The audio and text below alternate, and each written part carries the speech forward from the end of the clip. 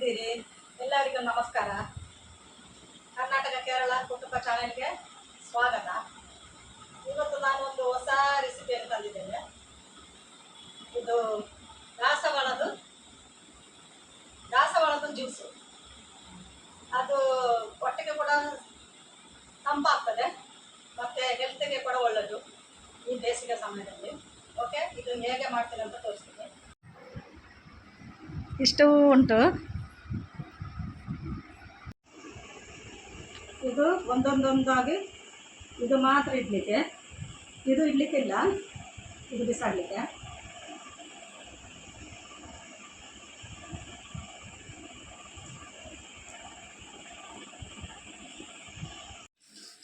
ಇದನ್ನು ನೀರಲ್ಲಿ ಹಾಕಿ ಸ್ವಲ್ಪ ತೊಳೆದು, ಗಟ್ಟಿ ತೊಳೆಬೇಡಿ, ಅದು ನೈಸ್ ಉಂಟು ಹೂವು.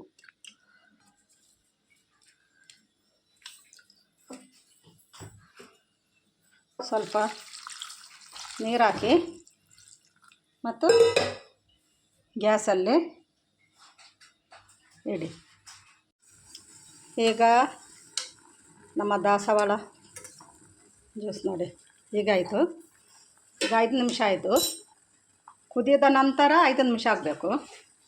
ಈಗ ಗ್ಯಾಸನ್ನು ಆಫ್ ಮಾಡುವ. ಮತ್ತು ಅದು ತಣ್ಣದಾಗಬೇಕು. ತಣ್ಣದಾಗಿದ ನಂತರ ಜ್ಯೂಸ್ ಮಾಡೋದು. ಈಗ ಈ ದಾಸವಾಳನ್ನು ನಾವು ಇದರಲ್ಲಿಟ್ಟು ಎಲ್ಲ ಇದರ ವೇಸ್ಟನ್ನು ತೆಗೆಯುವ.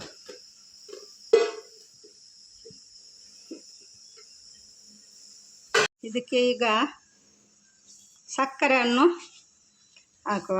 ನಿಮಗೆ ಎಷ್ಟು ಬೇಕು ಅಷ್ಟು ಹಾಕಿ. ಇದು ಸ್ವಲ್ಪ ಜಾಸ್ತಿ ಉಂಟು, ಅದಕ್ಕೆ ನಾನು 5 ಸ್ಪೂನ್ ಹಾಕಿದ್ದೇನೆ. ಈಗ ನೋಡಿ, ಇದರದ್ದು ಕಲರು ಸ್ವಲ್ಪ ಬ್ಲ್ಯಾಕ್ ಉಂಟು. ಈಗ ನಾವು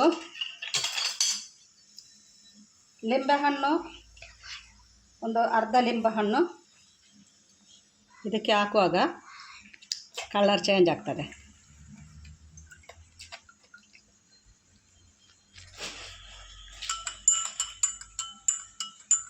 ನೋಡಿ, ಕಲರ್ ಡಿಫ್ರೆಂಟ್ ಆಗಿದೆ.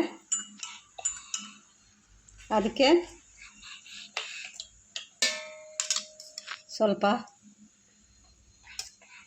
ಕಸಕಸನ್ನು ಹಾಕುವ.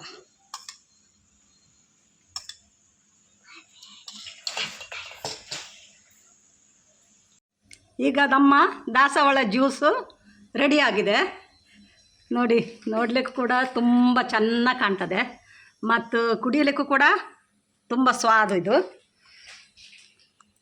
ಈಗ ನನ್ನ ಮೊಮ್ಮಗಳಿಗೆ ಇದು ಕುಡಿಯಲಿಕ್ಕೆ ಕೊಡ್ತೀನಿ. ಇಶನಿಯರೇ,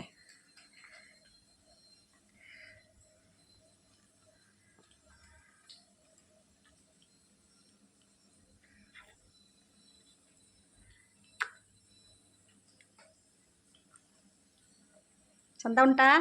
ಚಂದ ಉಂಟು. ಬರ್ತೆ.